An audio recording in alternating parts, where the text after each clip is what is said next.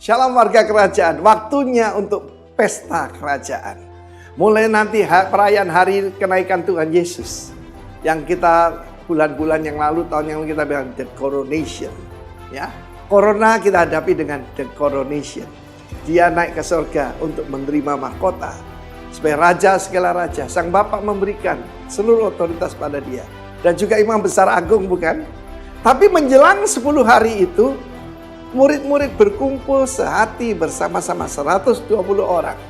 Be there, 120 orang bukan berarti jumlah yang tertentu itu, tapi orang-orang yang obedient to the king. Dan saat apa yang terjadi pada mereka? Mereka dipenuhi oleh Roh Kudus.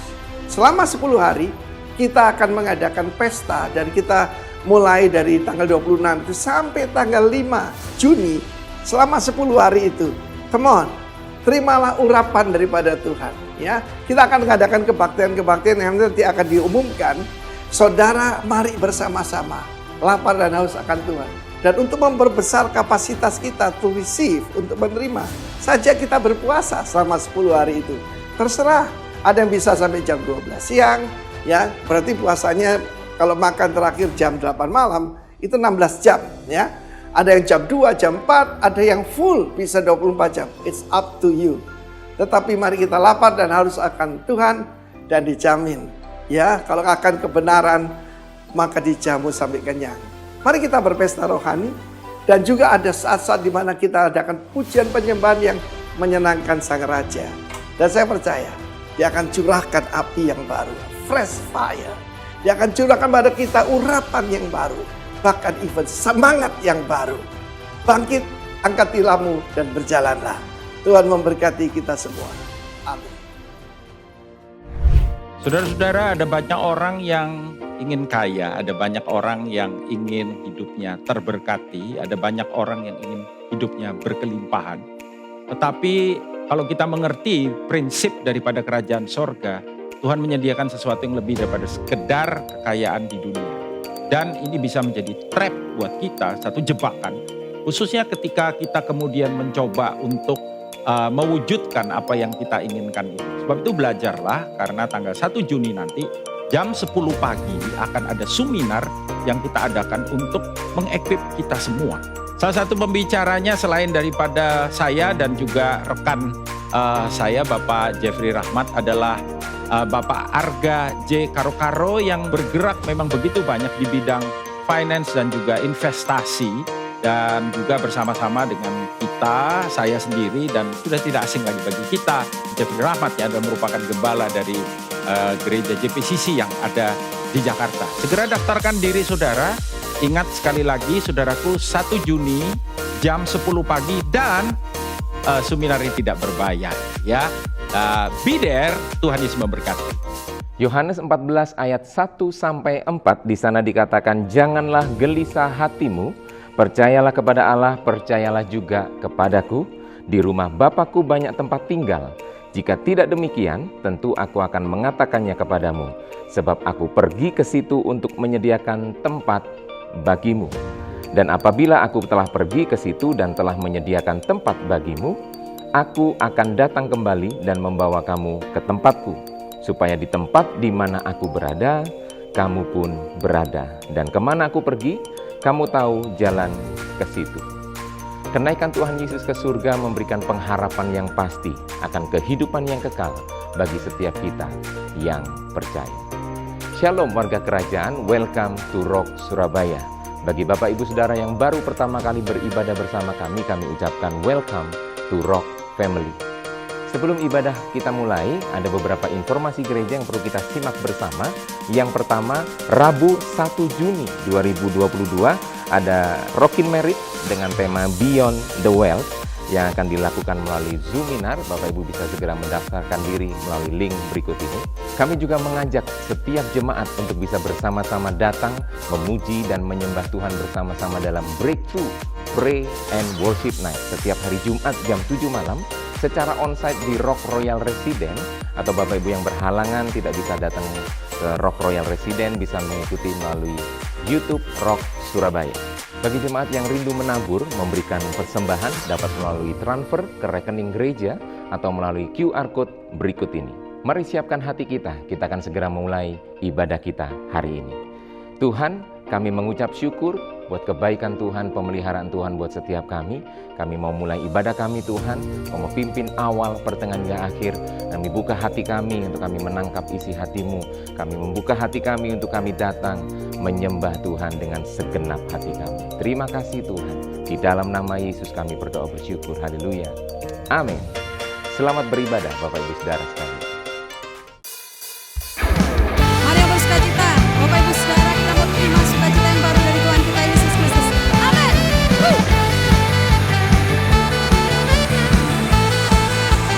Mari sama-sama katakan, kasih setiamu nyata bagiku, hikmat kebajikan tersedia bagiku, sebab Allah sanggup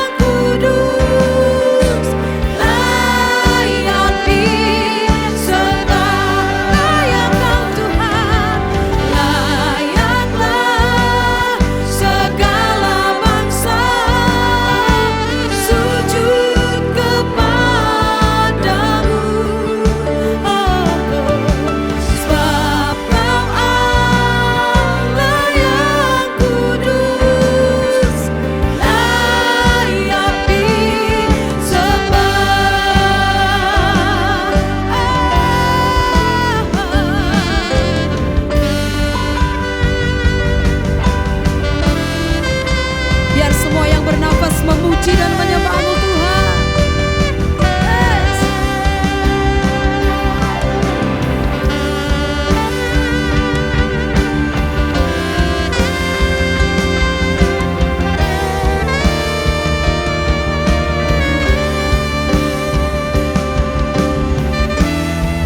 Sama-sama katakan, layaklah segala bangsa sujud kepadamu, sebab Kau Allah yang kudus, layak disembah. Layaklah segala bangsa sujud kepadamu, sebab Kau Allah yang kudus, layak disembah, layak disembah, layak disembah, layak disembah, layak disembah.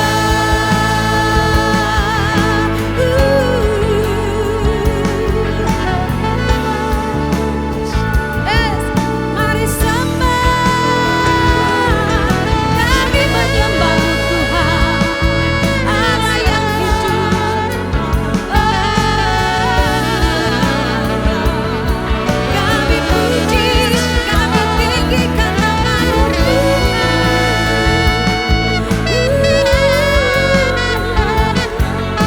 Kau yang layak terima segala pujian, semua kemuliaan hanya bagi-Mu, Yesus Tuhan.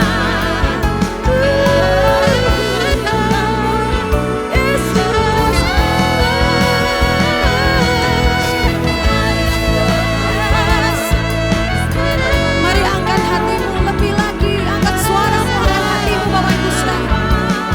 Sembah Dia Raja di atas segala raja. Kudus, kudus namamu, Allah yang hidup, Allah yang kami puja, kami puji, Yesus.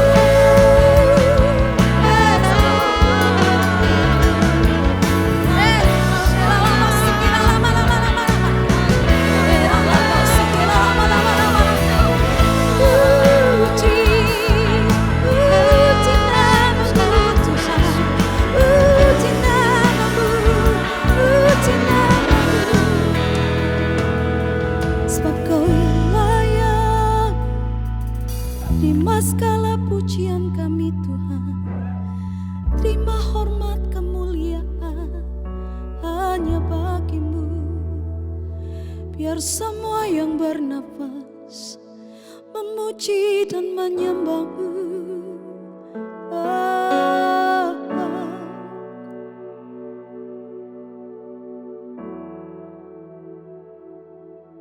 Layaklah Kau Tuhan dipuji dan disembah dengan segenap hatiku.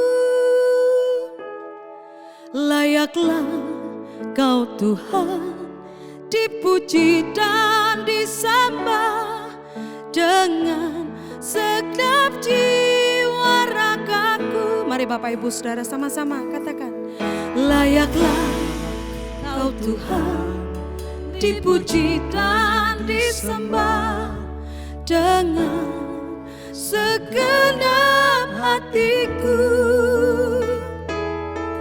Layaklah Kau Tuhan dipuji dan disembah dengan segenap jiwa. Layak Kau Tuhan, layaklah Kau Tuhan dipuji dan disembah dengan segenap hatiku. Layaklah Kau Tuhan dipuji dan disembah dengan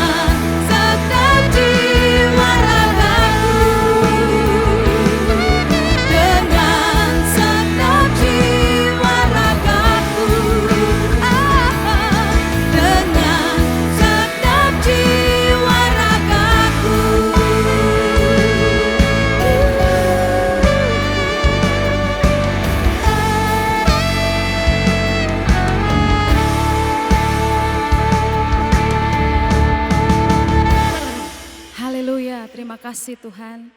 Benar sebab Engkau yang layak terima segala pujian, hormat dan kemuliaan. Dan tiba saatnya bagi kami Tuhan, kami mau siapkan hati kami, telinga kami Tuhan untuk mendengar kebenaran firman-Mu. Kami siap mendengarkan Tuhan. Mari Bapak Ibu Saudara yang percaya bersama dengan saya katakan amin. Shalom saudara-saudara yang terkasih, kita ada di ibadah yang tidak semua, saya percaya bahkan gereja Tuhan hari ini merayakannya, yaitu Hari Raya Kenaikan. Satu kali kita kedatangan salah satu tamu dari Amerika, persis ketika kita merayakan Hari Raya Kenaikan daripada Tuhan Yesus. Dan dia pada waktu itu bertanya kepada saya, ini sebenarnya ibadah apa ya gitu ya? What kind of service is this? Saya bilang, we are celebrating the ascension of Jesus. Lalu dia bilang, oh ya, karena di tempat kami tidak pernah consider tentang hal ini. Wah luar biasa ya dia berkata. Karena itu kita harus bersyukur buat negara kita, bangsa Indonesia yang kita kasihi. Ini negara kesatuan Republik Indonesia yang bahkan menetapkan hari ini sebagai hari libur. Maksudnya apa saudara? Kita punya waktu untuk kita datang kepada Tuhan, untuk kita beribadah kepada Dia.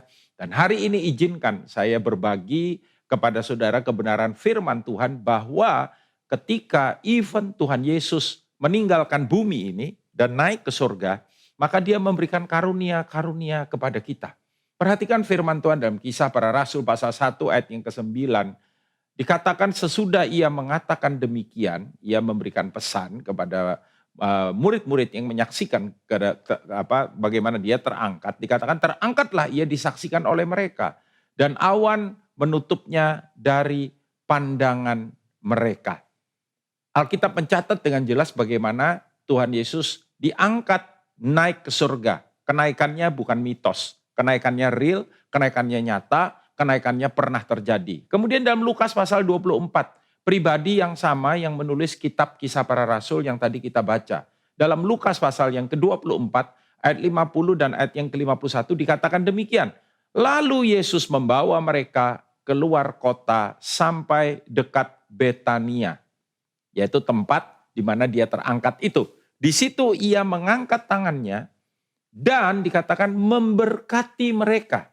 Dan ketika ia sedang memberkati mereka, ia berpisah dari mereka dan terangkat ke surga. Saudaraku, sekali lagi Alkitab menulis bahwa Yesus mengangkat tangannya literally ya, dan dikatakan memberkati mereka.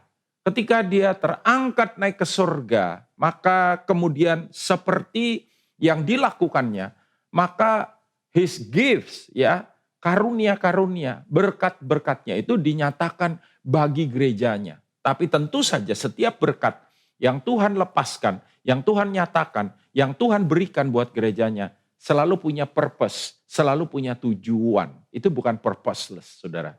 Ya, nah gift apa aja yang dia berikan kepada kita?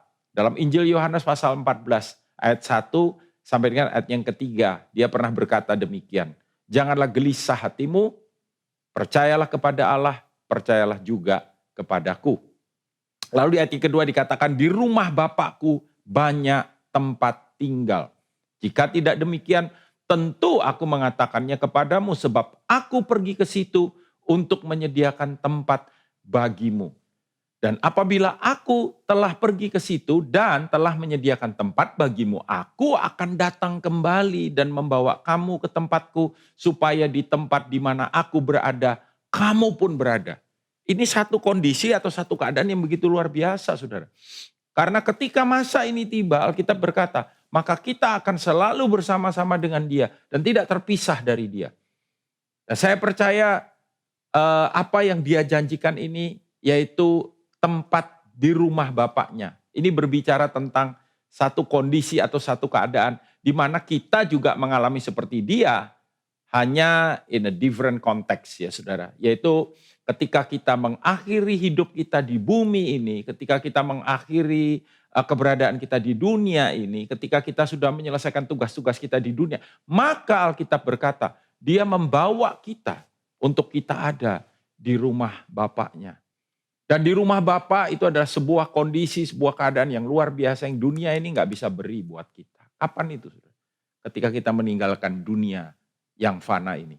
Kenapa saya bisa berkata demikian? Salah satunya misalkan dalam Wahyu pasal 14 ayat 13. Dikatakan begini, dan aku mendengar suara dari sorga berkata, tuliskan. Kalau ditulis berarti harus dibaca, diimani ya saudara. Percaya itu bisa terjadi dalam kehidupan kita. Berbahagialah. Siapa yang disebut berbahagia nih? Orang-orang mati yang mati dalam Tuhan. Jadi kalau ada orang mati jangan bilang, aduh kasihan ya, dia mati loh. Itu orang gak berpengharapan. Ngomongnya kayak begitu. Tapi kalau kita enggak, saudara. Kenapa? Karena firman berkata, berbahagialah. Ya, dalam terjemahan yang lain dikatakan blessed. Diberkatilah orang-orang yang mati, tapi memang yang mati dalam Tuhan. Hari ini kalau ada yang saya percaya tidak kebetulan, saudara mendengarkan pesan ini. Dan saudara belum di dalam Tuhan. Di dalam Tuhan itu maksudnya apa, Pak Daniel? Di dalam Tuhan itu maksudnya sederhana. Saudara bertobat, menerima Yesus sebagai Tuhan dan Juru Selamat dalam kehidupan saudara. Dan menerima anugerah keselamatan yang Dia sediakan bagi kita. Dan saudara ada di dalam Dia. Dan kita berkata, ketika kita meninggalkan dunia yang fana ini, justru kita berbahagia. Berbahagialah orang yang mati. Sejak sekarang ini, sungguh kata Roh, supaya mereka boleh beristirahat dari jerih lelah mereka, karena segala perbuatan mereka menyertai mereka. Saudara, ketika dia naik ke sorga, maka Alkitab berkata, dia pergi ke rumah Bapa dan menyediakan tempat di situ bagi kita. Tujuannya supaya kita bersama-sama dengan dia. Kita tidak terpisahkan lagi dengan dia. Oleh apapun, dalam cara yang bagaimanapun, dan dalam keadaan yang seperti apapun. Haleluya. Stop sampai di situ enggak, saudara. Hari ini kita bersuka cita, kita memperingati kenaikannya. Karena kita memperoleh tempat di rumah Bapa. Ya.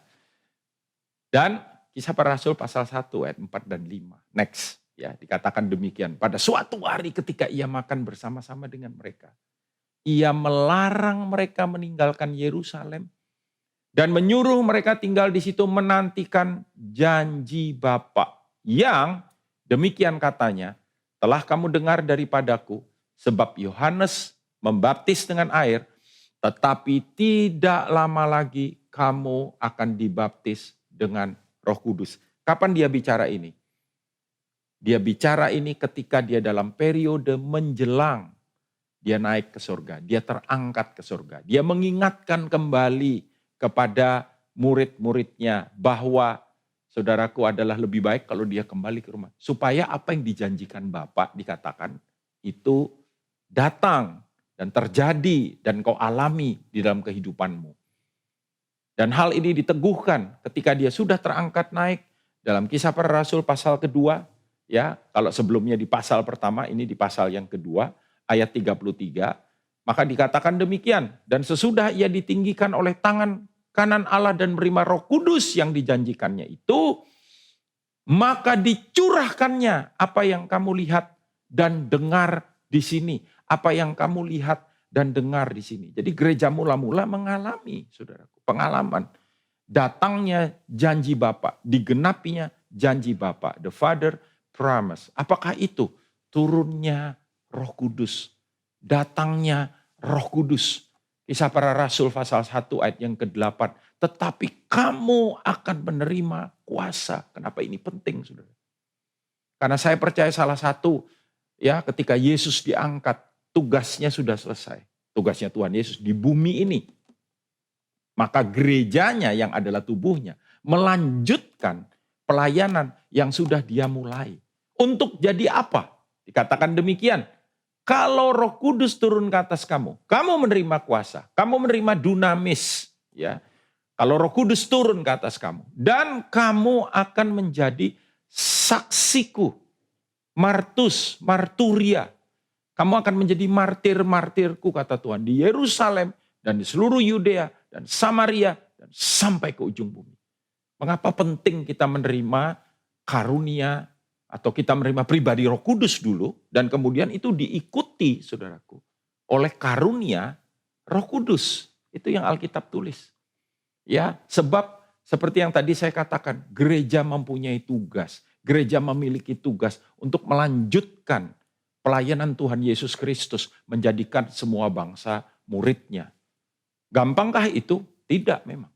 Tapi kita melihat sampai dengan hari ini, mulai dari gereja mula-mula, ya 2020 tahun yang lalu kurang lebih ya saudara. Bagaimana gereja bergerak sampai dengan hari ini, jiwa-jiwa diselamatkan, bangsa-bangsa dituai, sekalipun menurut hasil penelitian ada bangsa-bangsa yang masih belum tersentuh sebagian, tapi saya percaya dalam waktu yang singkat dan ketika hari itu tiba, dia akan datang tuh yang kedua kali. Karena itu jangan biarkan hari ini diri saudara menganggur, ya. Berfungsilah saudaraku sesuai dengan karunia dan panggilan yang Tuhan sudah tetapkan dalam kehidupan saudara. Karena kalau kita berbicara gereja, itu kita nggak hanya berbicara tentang satu organisasi atau gereja di mana kita ada di dalam gereja lokal kita. Tapi itu juga berbicara gereja itu adalah kita, eklesia, ekkaleo yang dipanggil keluar, orang-orang tebusannya, orang-orang yang diselamatkan oleh karena karyanya. Itulah gereja dan gereja adalah kita, saudara. Dan oleh turunnya Roh Kudus ketika saudara menerima pribadi Roh Kudus di dalam kehidupan saudara, dia tinggal di dalam diri saudara. 1 Korintus 12 ayat 4 dan 7, 4-7 dituliskan, ada rupa-rupa karunia tetapi satu roh. Dan ada rupa-rupa pelayanan, lihat itu, pelayanan banyak, pelayanan macam-macam, tetapi satu Tuhan. Dan ada berbagai-bagai, lihat ini saudara, perbuatan ajaib. Tetapi Allah yang satu mengerjakan semuanya itu, hal-hal yang ajaib, yang dahsyat, karunia-karunia dan lain sebagainya, karunia roh saudaraku, dalam semua orang. Semua orang, garis bawah itu. Berarti tidak ada seorang pun dari antara kita yang gak punya ini, saudara. Bahwa itu diberikan kepada kita. Tetapi tiap-tiap orang dikaruniakan pernyataan roh untuk kepentingan bersama. Ada 9 karunia Roh Kudus yang diberikannya bagi gerejanya. Saudara. Untuk apa semuanya itu? Untuk dipakai. Melayani satu dengan yang lain, tetapi juga dipakai untuk penjangkauan dunia ini. Haleluya. Ada karunia hikmat, karunia marifat, karunia mujizat, karunia kesembuhan, karunia berbahasa lidah, karunia menafsirkan bahasa lidah, karunia bernubuat dan lain sebagainya. Ada 9 karunia saudaraku. Semua itu diberikan untuk melengkapi kita. Bagi apa saudaraku? Bagi penjangkauan. Bagi apa? Supaya kita bisa membangun satu terhadap yang lainnya. Menjadi gereja yang sehat, gereja yang bertumbuh, gereja yang berlipat ganda, gereja yang menyatakan Kristus bagi dunia yang terhilang. Dan itulah saudara dan saya. Kenaikannya menyatakan hal itu kepada kita, saudara. Bahkan tidak berhenti sampai di situ. Kenapa? Karena dia juga memberikan karunia yang lain. Dengan turunnya Roh Kudus, karunia roh bergerak, bekerja.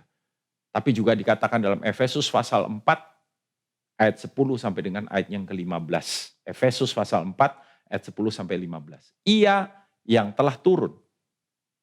Ia juga yang telah naik jauh lebih tinggi daripada semua langit. Untuk dikatakan memenuhkan segala sesuatu. Untuk memenuhkan segala sesuatu. Dan ia yang naik tadi dikatakan.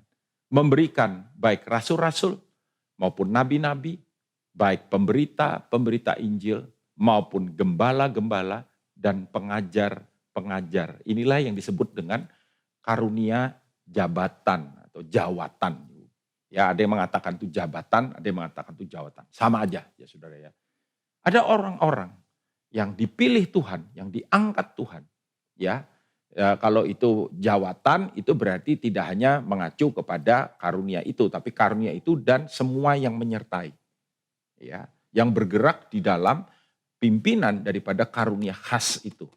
Ya, ada orang yang di dalam jawatan rasul. Ya, kalau jawatan itu kan seperti misalkan jawatan kereta api, ada masinisnya, ada bagian kokinya, ada bagian yang urusin adminnya dan lain semua itu ada dalam satu jawatan. Satu kumpulan itu. Tetapi memang ada pejabatnya yang diberikan jabatan rasul, jabatan nabi, jabatan pemberita Injil, gembala, dan pengajar-pengajar. Secara pribadi Tuhan mengaruniakan karunia itu di dalam diri yang bersangkutan, saudara.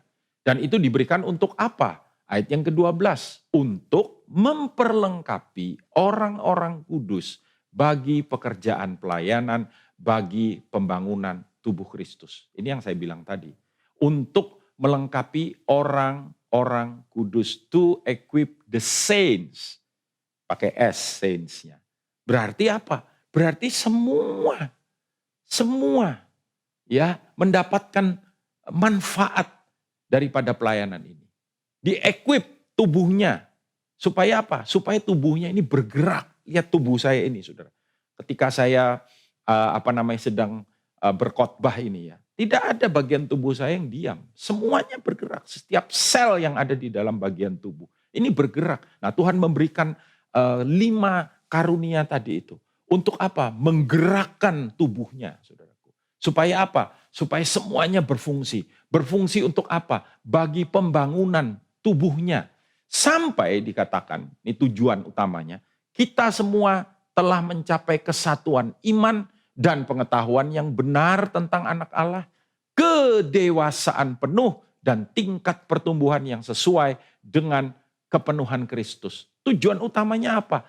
Kedewasaan penuh.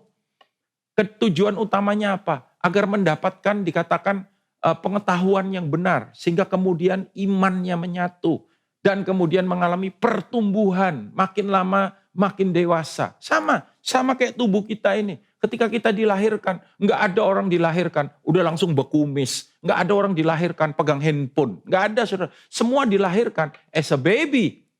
Ya, tapi untuk bayi ini bisa bertumbuh, untuk bayi ini bisa dewasa, diperlukan orang tua yang menjaga, yang membimbing, menuntun mereka. Supaya apa? Mereka bertumbuh makin dewasa, ya dirawat, dilindungi, dijaga. Tetapi ketika mereka kemudian mulai makin dewasa dan lebih dewasa dan dewasa penuh, ya maka tidak ada satupun yang menganggur.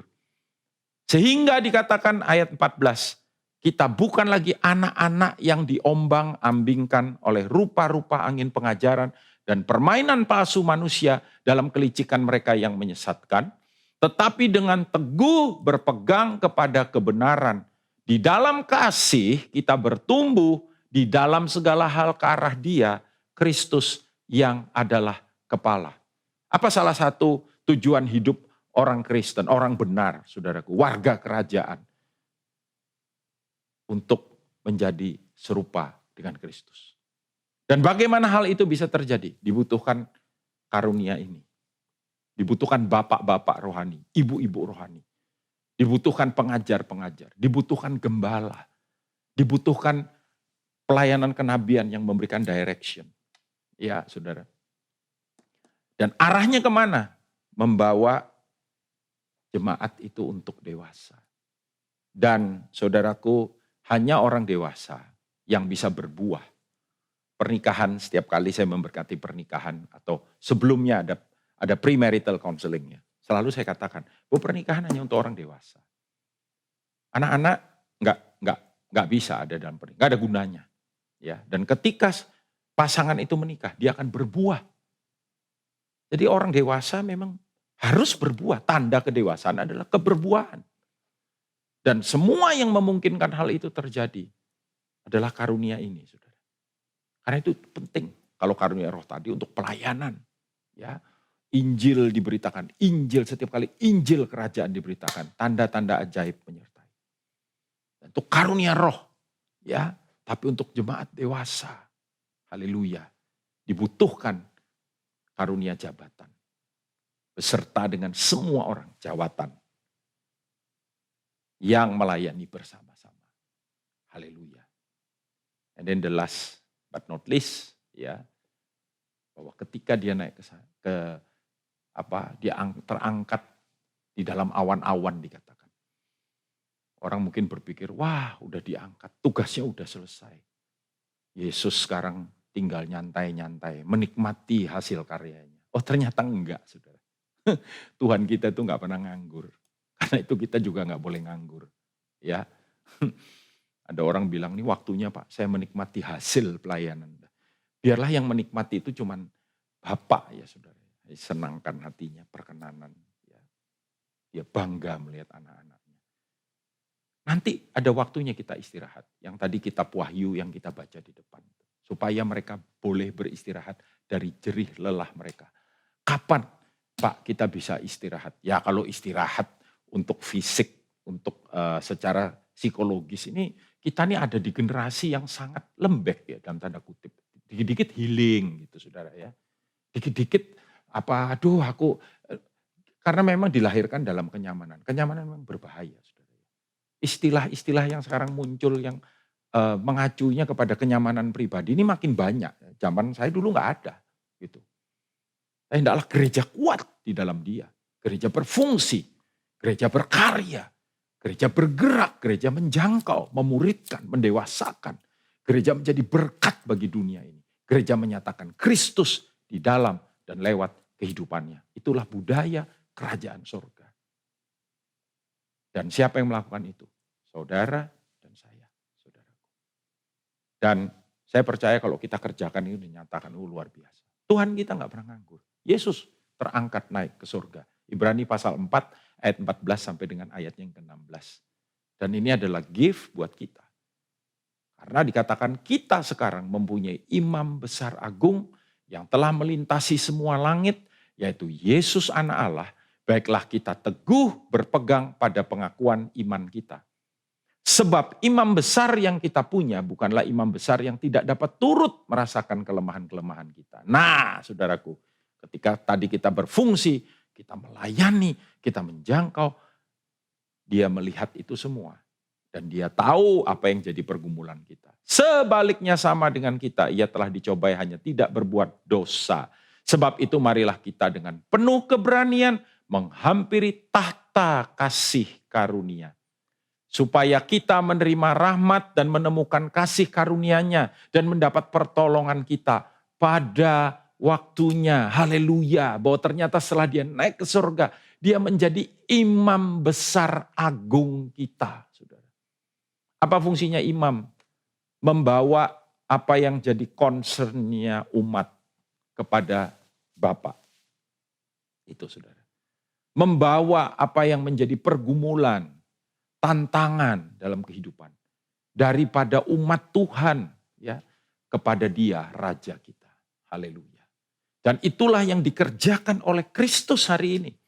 Makanya dikatakan ayat yang ke-16, marilah kita dengan penuh keberanian menghampiri tahta kasih karunia.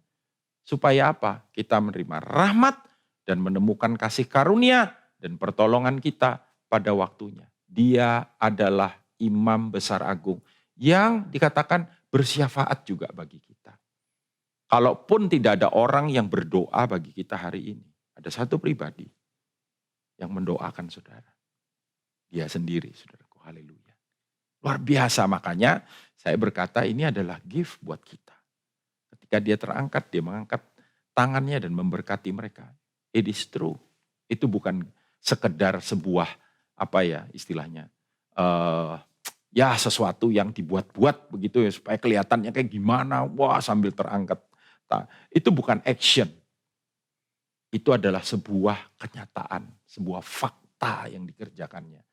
Dan hari ini kita bisa sure saudaraku. Kita bisa tenang. Saya nggak tahu hari ini saudara ada pergumulan apa. Tapi ada satu pribadi yang mengerti betul keadaan saudara. Dan marilah datang kepada apa saudara? The mercy seat. Tahta kasih karunia. Di tahta kasih karunia kita menerima kasih karunia-Nya. Di tahun yang kita kasih tema the multiplied grace. Kasih karunia yang berlimpah-limpah. Agar dikatakan kita menerima rahmat dan menemukan kasih karunia. Sehingga kemudian pertolongannya datang dalam kehidupan kita. Luar biasa saudara. Saya berdoa di waktu-waktu kita merayakan kenaikannya. Saudara kita makin menyadari. Nomor satu siapa Tuhan kita. Tapi kita juga menyadari apa yang dia mau. Kita lakukan. Terjadi dalam kehidupan kita. Dan saudaraku kita mengerti bahwa he never leave us. Atau left us. Dia tidak pernah meninggalkan kita. Dia ada dan menyertai kita. Dan dia mengerti betul apa yang menjadi tantangan dalam kehidupan kita. Dan di dalam penyertaannya, di dalam saudaraku kasih karunia-Nya, di dalam berkat-berkat every gift yang tadi Dia beri, kita pasti mampu, kita pasti bisa melayani Dia, menyenangkan hatinya, dan mempermuliakan namanya.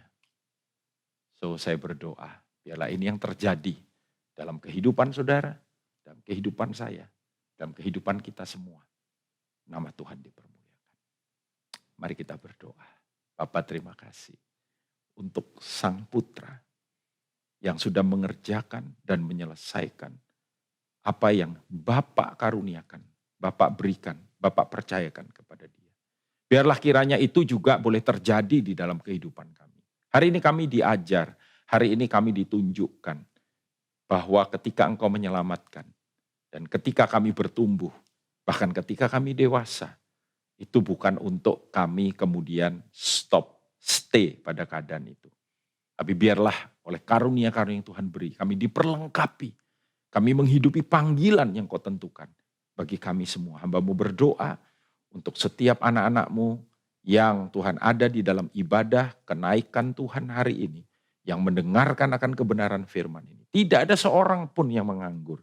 Tidak ada seorang pun Tuhan yang menyia-nyiakan, yang take it for granted with every gifts yang Tuhan beri, for every gifts yang setiap karunia-karunia yang Tuhan beri. Dan biarlah kiranya oleh karunia-karunia itu anak-anak-Mu ini disertai, dikuatkan, dipakai oleh Tuhan untuk menyenangkan hati Tuhan. Dan kami tahu Tuhan bahwa di dalamnya juga kami boleh mengalami pertumbuhan menuju pada kedewasaan, menjadi makin serupa dengan Engkau. Bagi anak-anak-Mu yang hari ini mungkin memiliki pergumulan, biarlah kami semua datang kepada tahta kasih karunia-Mu untuk menerima pertolongan kami pada waktunya. Dan Tuhan, di dalam nama Yesus, kami juga percaya kami tidak pernah sendiri, tetapi penyertaan-Mu yang ajaib senantiasa ada. Dan biarlah di dalam dan lewat kehidupan kami, nama Tuhan senantiasa dipermuliakan. Terpujilah Engkau ya Bapa. Di dalam nama Tuhan Yesus juga, biarlah kiranya saudara-saudaraku yang terkasih, angkat kedua tanganmu. Kita akan mengakhiri ibadah ini, dan terimalah semua berkat terbaik dari kerajaan surga. Boleh turun di dalam kehidupanmu, menyertai engkau, memimpin engkau, membawa engkau, sekali lagi untuk jadi makin serupa. Kami bahkan juga percaya ketika kami meninggalkan dunia yang fana, kalau engkau belum datang untuk yang kedua kali, kami akan bersama-sama dengan engkau selama-lamanya. Terima kasih Tuhan, berkat-Mu atas umat-Mu, dalam nama Tuhan Yesus. Haleluya. Amin. Happy Ascension of Jesus. Dan biarlah kiranya Tuhan memberkati saudara semua. Amin, amin, amin. Terima kasih sudah beribadah bersama-sama dengan kami. Kami percaya ibadah hari ini menjadi berkat bagi setiap kita. Bagi jemaat yang membutuhkan informasi seputar kegiatan gereja, informasi komsel, atau membutuhkan bantuan doa, dapat menghubungi kami di nomor hotline Rock Surabaya di nomor berikut ini. Mari kita juga bagikan link ibadah kita kepada orang-orang kita kasihi supaya lebih banyak orang diberkati melalui firman Tuhan, pujian dan penyembahan bersama-sama. Jangan lupa juga untuk like, follow, and subscribe semua media sosial Rock Surabaya. Terima kasih sudah bersama kami. Selamat beraktivitas. Kita ketemu lagi hari Minggu. Tuhan memberkati.